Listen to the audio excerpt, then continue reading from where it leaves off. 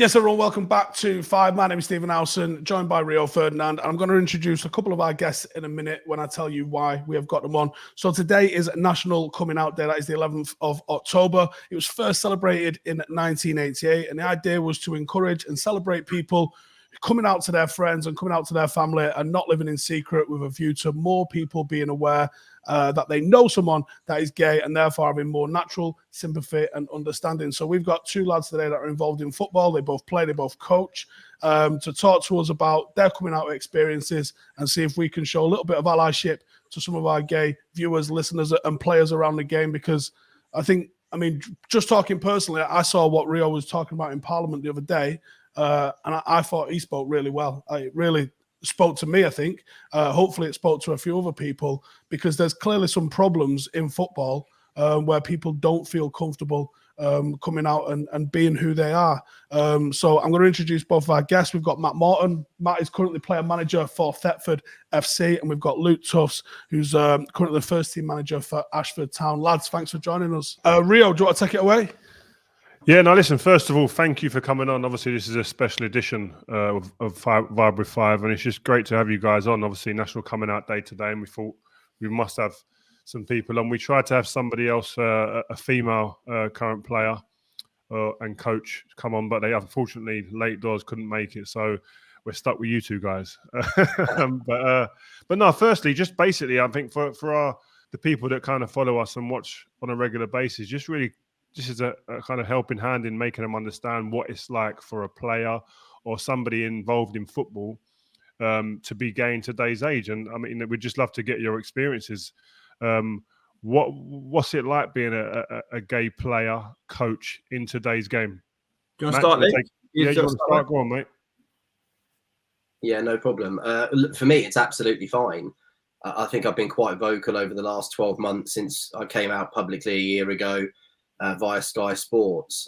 I was probably out before then to family, friends, kind of local area for a good 12 months or so prior anyway. And it just took a long time to get to the national press. But once it did, the reaction's just been the same as it was locally, but amplified. There's been no negativity, no issues, either on social media, on the field. One of the things that I was probably slightly apprehensive about was whether I would get anything from opposition fans, opposition players. I mean, you guys have all played the game.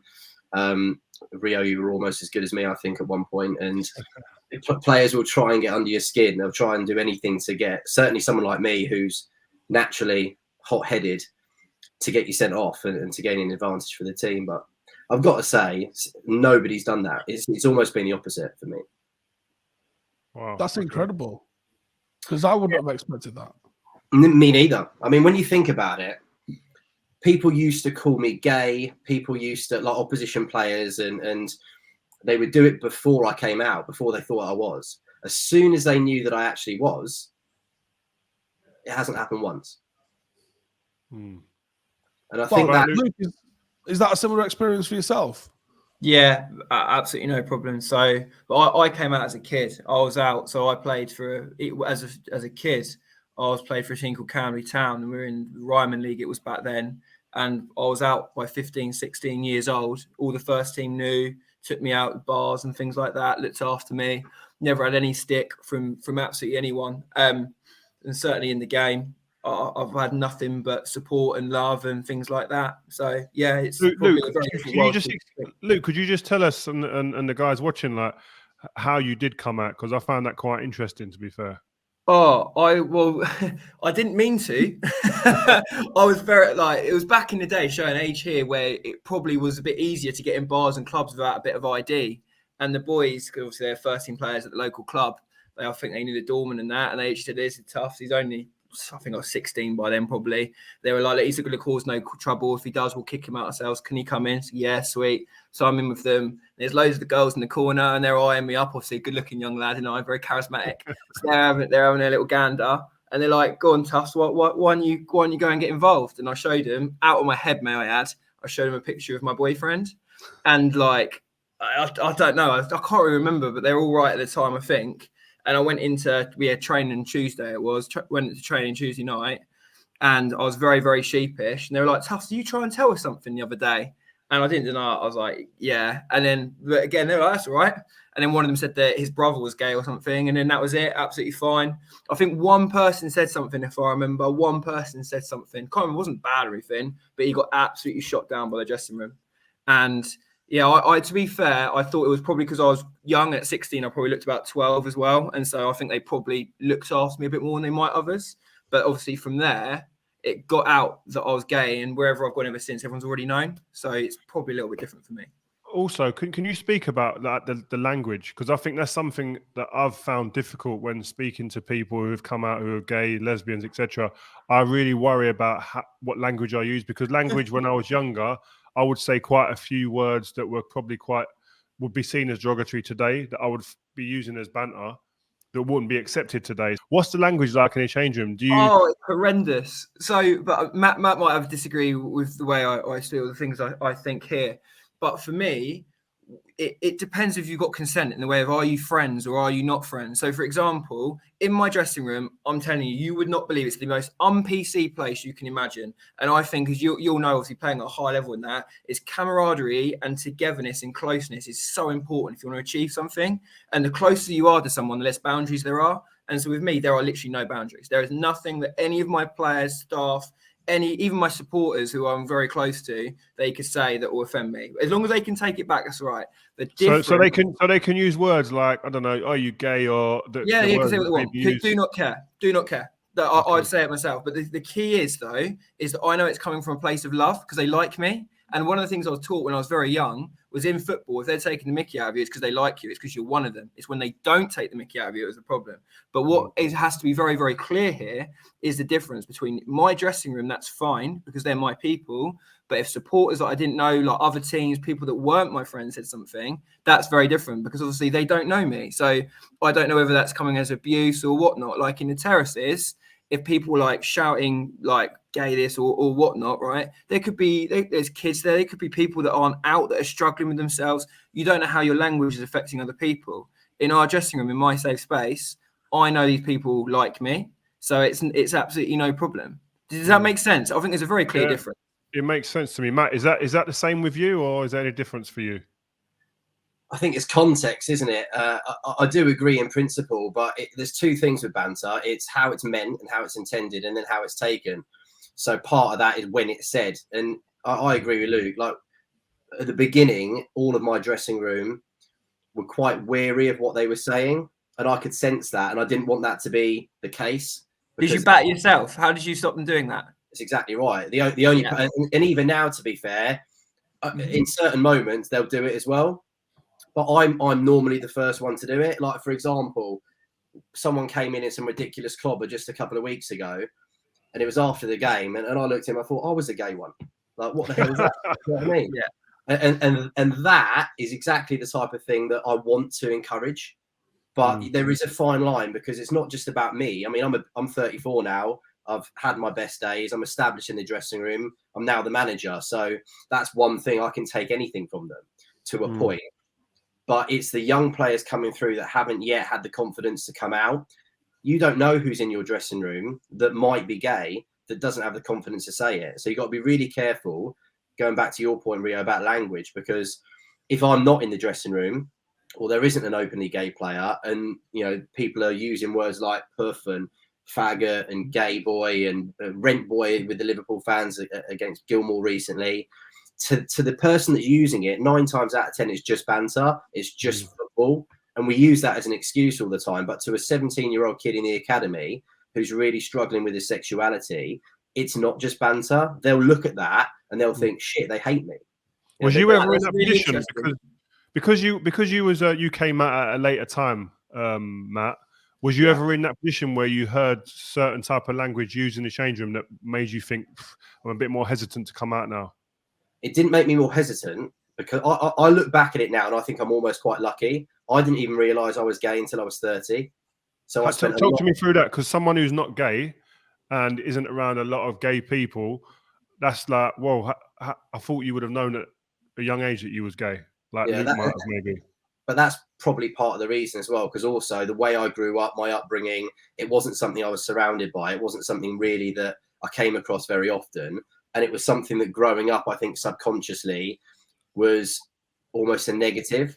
Like it comments in my upbringing, like, oh, Elton John, great musician, love his music. It's a shame he's gay. Like even subtle things like that. When you're a kid growing up, you just kind of think, okay, that's not right, or that's not accepted, and I just think subconsciously I shut it out for a long period of time. And I was dating different girls throughout my teenage years, my 20s, never committing, always blaming being a workaholic. Business comes first, football comes first, friends come first. And never have enough time really for a proper relationship, certainly not one that lasted more than 6 months anyway. And I would always find a reason to end a relationship. But back then, I thought that those excuses that I was making were the reasons. Whereas now I look back on it and I think the reason it never works is because I was never really fully invested in it. There was always something missing. And it wasn't until I met a guy at 30, and it was just the first kind of interaction that I'd ever had. And it made me realize pretty quickly, shit, okay, I am gay. And then I had about a 12-month period where I knew when I'd accepted it and I knew myself, until I came out to my friends, my family, my dressing room, basically. And that year, How was that? That was the worst year of my life, probably, I would say. Worst yeah, year? because the year of not telling anyone, but knowing myself, that was the worst year of my life, definitely. Was that the anticipation of what you thought might be the worst case scenario versus what sounds like it's been a pretty positive experience when you've told people? Yeah, it was a bit of the unknown, but it was also, you're almost wrestling with yourself. Like, for a start, my mum's very, very religious. She was brought up in Belfast during the Troubles. She came over to England at 18, met my dad. She's very stern, very religious, and it's not accepted. And I knew that. My dad's very old-fashioned, born in Newcastle. He was a ref, wasn't he? He was. He refereed you, actually. That's got to be the worst part, being a ref. Yeah, and that's the other thing. You'd have thought we'd have clashed over that more than anything else, but it turned out to be a minor thing like being gay. But yeah, it was just a combination of all of those things. And like I said, my personality was established. I was this, or still am actually, this big alpha male, big character, short-tempered, and I play football a certain way. I mean, don't let the highlights and the Jack Grealish hairstyle fool you.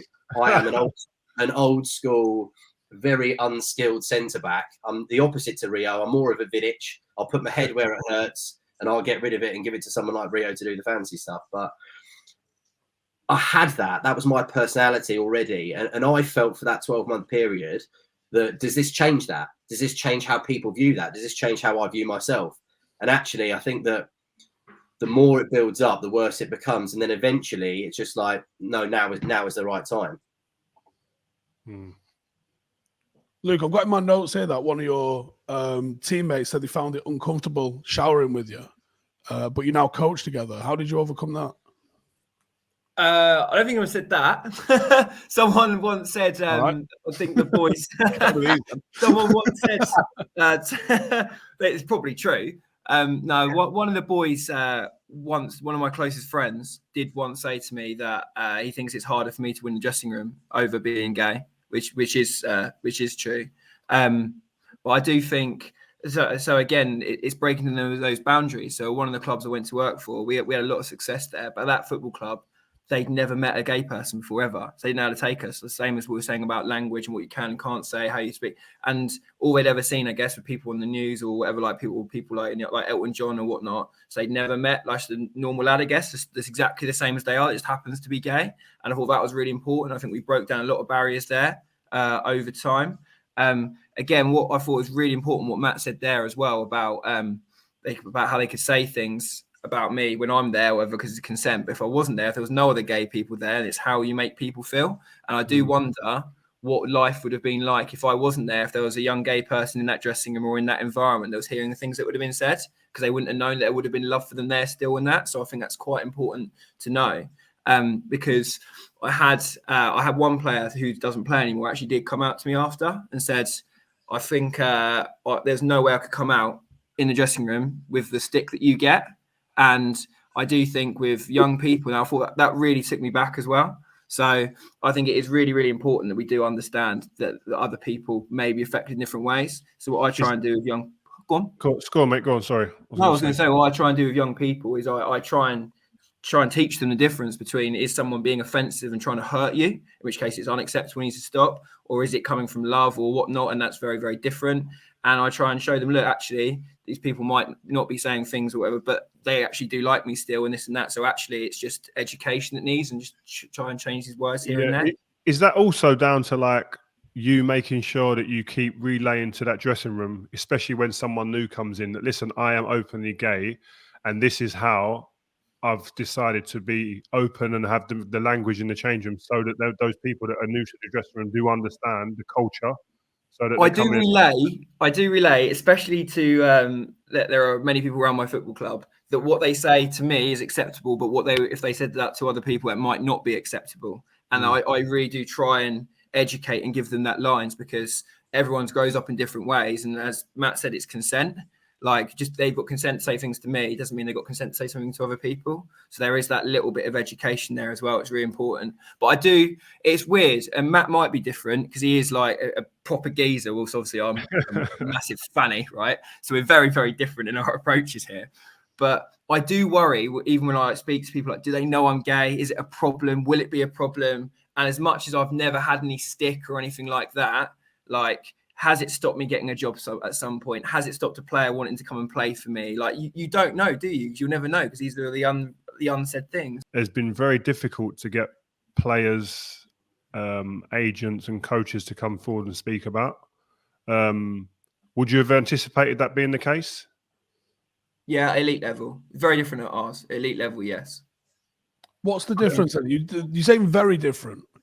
Yeah, of course it's different. So I think that the higher up you go, when you go into elite football, you've got to remember these are football clubs owned by people from foreign countries a lot of the time. They've got different values, and you've got managers from different countries with different values to ours, because we're obviously very westernized or whatnot, and our country's very liberal, but it doesn't mean the other countries are these people come from. There's people from all around the world. You'll be in a dressing room that is very multicultural. So in our dressing room, 90% of people were born and bred in UK, and so we'll have our values. But you've got multicultural dressing rooms where people will have come from like Muslim countries where it's death penalty is being gay or whatnot, or you might have got a manager that's from places like that, or owners or sponsors that come from like China and whatnot, where it's illegal to be gay.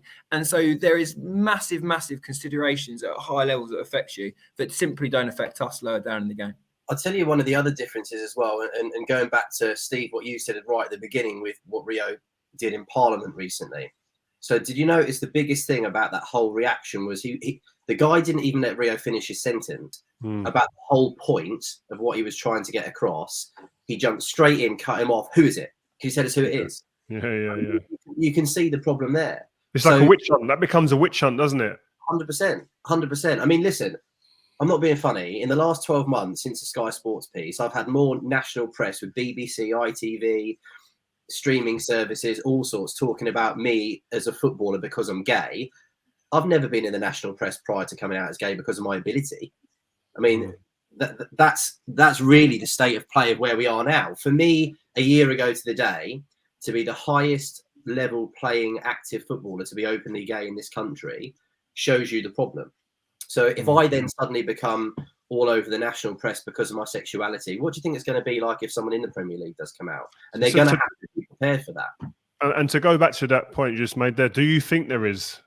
That was the question that the guy in the Houses of Parliament was asking me.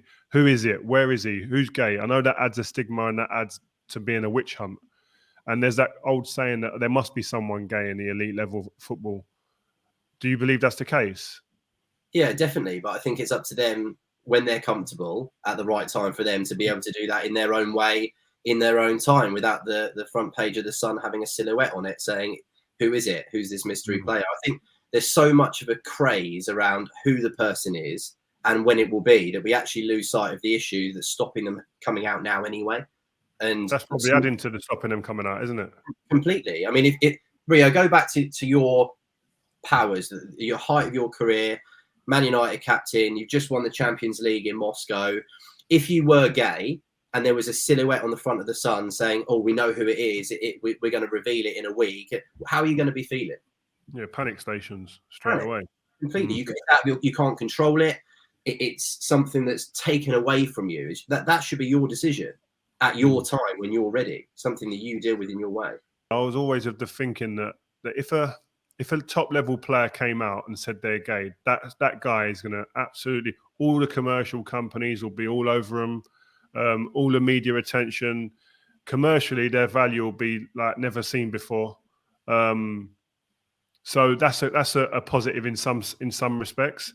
But then I didn't really put any thought into what pressure that then brings, and being under that microscope and that spotlight continuously. And it's down to the individual. Do they want that? Do they want to be known and seen as the gay player? And that's a big consideration to take, isn't it? It is, but the way that I look at it, and it's kind of the reason I took my decision, I still fall into the camp of you shouldn't have to, but we're not at that point. We're striving to get to that point where you don't have to. And the reason I did what I did is because if you go first, then you pave the way for people who want to follow later. You make it easier for those that are following in your footsteps. And no matter what anybody achieves in the game as a player, ultimately, it's not just lifting the trophy. We mentioned all of the things that you've won. That's great. That's amazing. That's great for you. But really, you've created a legacy and memories for you, your teammates, and all the people that follow Man United. The best thing that you can do as a human being on this planet is to leave a legacy that makes the world a better place than when you came into it. And anybody that does do that, and it's going to take a certain type of person, but anybody that does do that and is willing to take that and is strong enough to take that pressure and that burden is going to make the lives of the future generations so much better. Do we really think the European sort of footballing audience would be any more hurtful or negative than, say, an American NFL audience? Because there seems to be quite a few now openly gay NFL players, and from the outside looking at it, it looks like they've had pretty positive reception. Luke? I don't know. It depends on their culture. I'm not ingrained in their culture, so I don't know. I'd look at, and this is just from the outside, I look at, like, for example, like Holland and places like that, and I think they'd be absolutely fine. I look at countries like Italy, where you can see the racism problems and that they've got there, and you think it definitely won't be fine. I think you can look in. I think it is very much a case by case basis. Look at Hungary. Like they've got people there saying that it should be illegal to be gay and stuff like that. So if you come out in Hungary, you're obviously not going to get the best of receptions. So it really does depend. Do you guys know many people that are actually gay in the upper echelons of the game that actually haven't come out, obviously, because they're fearful? Not in the Football League. I know up to National League. I know players, coaches, managers, and whatnot, but not higher than that. I wouldn't have the links to be that high. But what Matt was saying there about the sun and things like that is really important, because I guess being gay and in football, there's a likelihood that we would know more so than other people, and there are definitely certain tabloids that regularly phone you up, desperately trying to get a little bit of information or whatnot, and it's very obvious what they're up to. And it's nefarious. And, like, for example, the other day, a while ago, when the Sun said that these players have come out to them and they're going to wait the right time, was it they said something like that? And it's like, I'm sorry, if you're a professional footballer, your first person you're going to tell is not going to be the Sun newspaper. Like, it's just an outright lie. Like, come on. But it does. As Matt said, it feeds that witch hunt, and that does not help at all. That makes it a scary place, doesn't it? That makes it a does. scary place for that individual. What I would say, though, for the others that I know that aren't necessarily out that are in, like, the same professional game, is, so again, it's not necessarily football that stops them coming out. It's things away. So, for example, some people that might be managers or coaches or referees or whatever, they're often older people. They've already got families and they're not ready for that change in their life. So there's nothing football can necessarily do. But for some of the younger people, it's all. I think football is a reflection of society a lot of the time. And outside of the dressing room, they would not feel comfortable coming out as gay, and they still think. And we have come a long way. So it's so much more positive these days than it was even 20 years ago, sort of thing. But there's still a long way to go, and there is still a stigma attached to it outside of the game as well. And I think that makes it more difficult for young people to come out. So I think my last question before we round up, I think, is what more can individuals, can football... Literally what I was about to ask. Is it? What more can football do?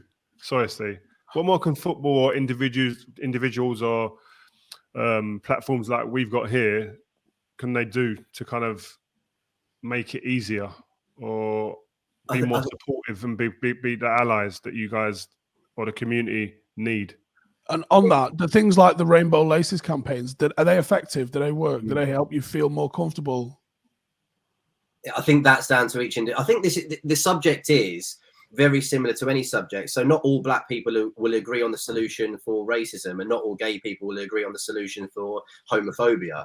So everyone's going to have a different opinion on things like rainbow laces or pride or particular events and moments in time. For me, rainbow laces isn't something that particularly has a massive effect for me. It doesn't make me feel more comfortable or more supported or happier with it, but I don't also view it as a negative. It's just something that might help others, doesn't particularly help me. I think the most important thing is continual awareness, like platforms like this. So you're going to get 700,000 odd subscribers or viewers listening to this, and that's a form of education and awareness. And I think the more people that do that, and the more people that are willing to make a change and make a difference, the better that not only football but society will be off the back of it. And I think some of that education, Luke's just mentioned that me and him are completely different, yet we all get put into a box. Everyone wants to attach a label to somebody and put them in a box. This is what a gay person looks like. The reason that the men's game is so far further behind than the women's game is because of stereotyping. So we assume that because football and sport is masculine in our eyes as a society, if you're a female playing football, you must be a lesbian because it's masculine. If you're a guy, you can't be gay because it's masculine. I mean, that's ridiculous. It's the most absurd thing I've ever heard. I mean, I'll tell you now, I'm the toughest guy in my dressing room without a doubt, and I'm the only one that's openly gay. It's got absolutely nothing to do with strength, the way that you talk, the way that you dress, the way that you carry yourself. I mean, look, like I said, the highlights are only recent. Before that, it was plain black hair. But look, I'm more concerned about the hairband, mate. I've got to be honest. You want to be more concerned if you see me start playing on the wing, mate. But it is the language, it's the education, it's the stereotype. And as soon as we start taking people at face value for who they are, rather than what you assume they're going to be like, then there'll be less of that kind of witch hunting that you spoke about. I was watching an England game in the Euros, and there was a guy in the pub that I was in, the Goat in Chelsea, and there was a guy next to me, and he'd read an article that I was in, and he was chatting to me a bit before the game, and then during the game, and I won't say who they are, but he pointed out two players during the course of the game. He said, "I've always wondered, do you think he might be gay?" I'm like, "What am I, Mystic Meg?" Like, you must have the gaydar. That's what it is. That you got the gaydar. People actually think that. Did you not get the full list when you came out last year? Yeah, I'm a subscriber to the book club. Yeah, it's a joke, isn't it? But that is how people are currently conditioned, and until they listen to us speak and listen to conversations like this and get that form of education, then. And my parents had to go through it. My parents, like I said, it was the biggest problem out of anyone that I spoke to, anyone that I came out to nationally or locally. The biggest single issue that I had was my two parents, the two people that brought me into the world, that were supposed to love me the most, that I loved the most, and that was unconditionally. And I didn't end up talking to my dad, who, we're like that, and I didn't talk to him for 2 weeks. And then he wanted to be educated. He wanted to understand, like, his love overcame his preconceived ideas. But if that wasn't his son, would that be different? Would he have wanted to learn? Would he have wanted to get better? And I don't know the answer. But now he's a 75-year-old man. Like Rio said, he was a Premier League and FIFA referee. He's been in football all of his life, and he needed education. But now he understands. He gets it. He knows it's not a decision. It's not a choice, which is another misconception that people have. Yeah. One of the first things he said to me, even after he'd come around and he wanted a relationship with his son, was, it's your choice and I stand by you. No, Dad, it's not a choice. Who would choose it? Honestly, in their right mind, who would choose it? Not because it's anything to be ashamed of, not because it's anything wrong with it, but because of conversations like this, all the things that we've spoken about, all the negativity that's associated with being a gay man. I think it will be quite normal to have people within a dressing room or just in society in general that will be like, have resistance to it and be like, oh, no, this ain't me. I'm not on this. This ain't for me at all. What are you talking about? But I just think it's about like allowing yourself to say, you know what, let me just speak about it with someone who is gay or who's been through it, who's having the experience, to, like you say, to just like your dad did, just re-educate yourself on it and then give yourself the chance to maybe think differently about it because you're more aware and more understanding of the situation. I do think I agree with that. I'd also say, so the thing with, like you said, how to change it and how to try and make things better. I think education is massive for the younger people in the game. So for academy boys and girls and whatnot, is maybe like teach them, like I said, what Matt said there, it's not a choice, and try and teach them about language and like how people feel and things like that. I think that could be important. Obviously, outside of the game and for young people that aren't in it, things like football, like rainbow laces. I know Matt said it doesn't affect him necessarily. It doesn't particularly affect me, obviously being an old man as well. But for young people, seeing people like Jordan Henderson with wearing like rainbow laces or whatever, or I think he put something rainbow out on his Twitter as well, and that, how much would that have meant to them, seeing their hero saying, actually, you're okay, I do not mind you, I still love you for being you. That actually is so important to young people, and I think things like that will actually really help the future. I don't think we're necessarily going to be able to, I know Matt said there he managed to educate his dad, but as he said, it was from love. I think some of the older people you're probably not going to be able to change now. Not what people want to hear. I'm just saying as it is. So you're going to be able to teach 40, 50, 60, 70-year-olds something they've known for years or they believe to be true. I don't know. That's very difficult. But what we can have is a very positive impact on people coming through in the future generations to make a lot of the next generation better. And as Matt said, make the world a more positive place than we found it. I think one of the things though as well, guys, is that this is not all hate.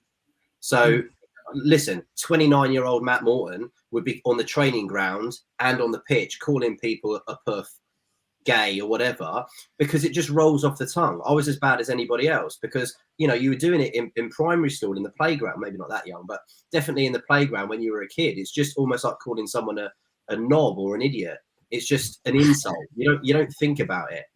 But when you realize the impact that has, and you address language, which you can only do when you get that level of education. 30-year-old Matt Morton didn't do it.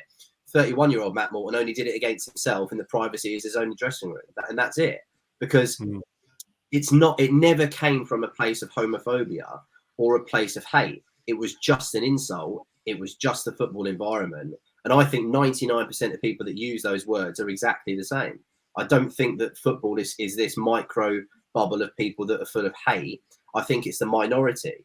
You look at the Euros as a case in point, one of the best tournaments that this country's had in football for a long, long time. The whole country was positive, coming out of COVID, watching Rio on Instagram stories, building everybody up in Box Park.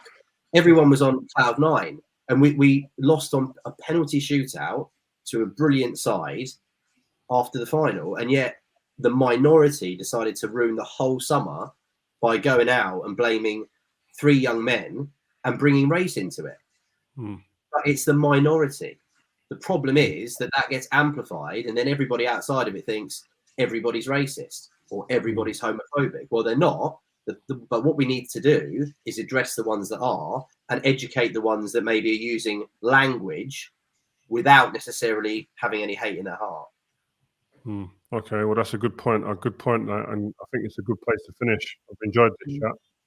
Yeah, cheers. Thanks for joining us, lads. Great to speak to you. And I'm actually quite encouraged that you've both had pretty positive experiences, both coming out. Because honestly, before we came into this, I was expecting to hear some horrendous stuff. That's what I expected. So it's actually really encouraging, and I hope that any young gay listeners that we've got that are thinking about coming out, use the day to do that. That's what this is all about. So National Coming Out Day. It's by Human Rights Campaign. They've got all sorts of stuff going on, and basically this is just be yourself and feel that you can talk and that there is support for you to do this. So hopefully this conversation that we've had helps to educate some people. I think it's educated me a little bit, because I certainly thought it would have been a horrendous experience for people that were coming out in dressing rooms. Hopefully we get to see a day when people feel like they can do this at the top of the game as well. But cheers for tuning in. Thanks to these guys, and good luck for the rest of the season, both of you. Cheers, guys. Take care. Thanks, guys. See you guys.